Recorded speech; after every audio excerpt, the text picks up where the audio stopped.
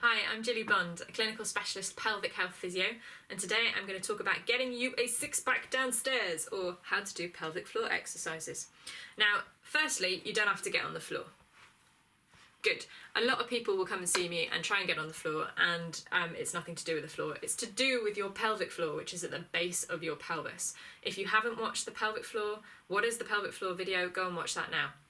So, when we're doing a pelvic floor exercise, first thing that you want to do is make sure that your tummy and your bottom and your legs are relaxed. So I'd suggest sitting down to begin with, or you can lie down with your knees bent or lie down with your legs completely flat.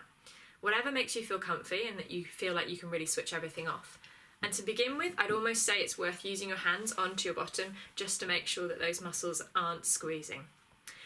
Now what I want you to do is completely isolate the back passage. So think about just squeezing your bottom hole and pulling it up and forwards as if to stop from breaking wind. Okay?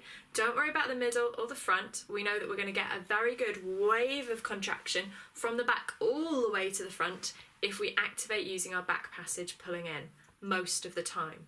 Obviously, if you've been trained by your physio to do something else who's actually felt your pelvic floor, then they may have a better idea of what's best to cue you, but for most people this is what will help them. So again, think about closing that back passage and lifting all the way up and forwards towards your pubic bone as if to stop from breaking wind. Now remember, it's not just coming up, it's got to go up and forwards. Okay. Now completely relax and let everything drop down, and you should feel a softening down below. You shouldn't have felt your glutes squeeze, your bum cheeks. You shouldn't have felt your legs squeeze. You shouldn't have felt your tummy squeeze. And if your eyebrows go, they are not attached, even though most of the time people try to use them. Okay? So relax everything again. If you didn't feel it that time, then try this. Think about your pubic bone at the front and your back passage at the back, and think about drawing those bones together as much as you can. They won't move, but what you'll get is a lovely contraction of your pelvic floor muscle. So again, pubic bone, coccyx bone, think about bringing the bones together, and now add in back passage up and forward as well. And hold that, and now relax. Okay, so now you've got the motion, hopefully. If you haven't, give me a comment down below and I can give you some other ideas of what to do. But those things tend to get most people doing the right things. Now we need to add some breath, and that's because the bottom of you is the pelvic floor, the top of our tummy muscles and our intra-abdominal area is our diaphragm. And when our diaphragm contracts and we breathe in, it goes downwards, and we don't want this area in the middle to get too pressurized, and so our pelvic floor relaxes. If you take a breath in and try and activate your pelvic floor, you're going to be working against greater pressure, so it's not worth doing. We always want to exhale when we go. Okay, so exhale on the exertion, or as Julie Weave would say, blow before you go. So we're going to take a breath in to prepare, and we're going to breathe out as we pull in our back passage up and forward, or our bones together. Okay, and now relax all the way down.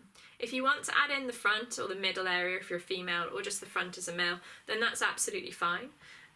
But just know that when we only work from the front or the middle, we tend to squeeze our superficial muscles only and not our deep muscles, which is the business end of things.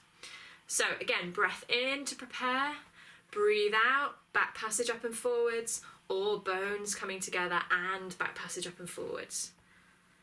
And then relax. Okay, I hope you were breathing while you were working your pelvic floor, because it's important that once you've breathed out to lift that pelvic floor, that you then keep breathing, so that intra-abdominal pressure is still kind of testing itself as you keep that pelvic floor high, and then we relax everything. Okay. Now, with pelvic floor training, standardizing is not useful. If you want to start with something that's simple, starting with 10 seconds 10 times in a row and 10 quick flashes, yeah, that's great. But really what you want to do is work to your endurance. So first thing in the morning, you might be having a really good night's sleep, you've woken up loads of energy, and you can hold for a whole 12 seconds. And by that I mean 12 thousands. My patients always hold in thousands, 1,000, 2,000, 3,000, like that. Not actual thousands. So you're gonna breath in, breath out, lift up, and you might get all the way holding to 12,000, and then you can release and you can feel the release. Great. Later on in the day, you might only be able to pull in, hold for 4,000, and then when you keep going, when it goes to the point of releasing, you can't feel it release, and that's because you haven't been holding. So it's come up and it's just given up. So making sure that you're holding all the way, and then releasing, and you can feel the release is important.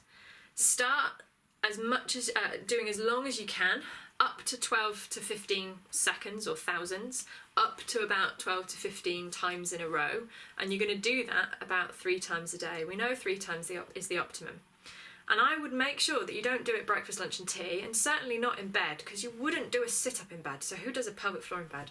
If you are exhausted and you are sleeping or trying to go to sleep, don't do some sit-ups. Do them earlier on. So I say to people, do it first thing in the morning, do it late morning, and then do it early afternoon. Then you've got 3 sessions out of the way when you are bright, active, fit, feeling strong, and they're done with, okay? After each long one, you need to do some quick snaps. And that's because we've got 2 types of muscle fibre in our pelvic floor.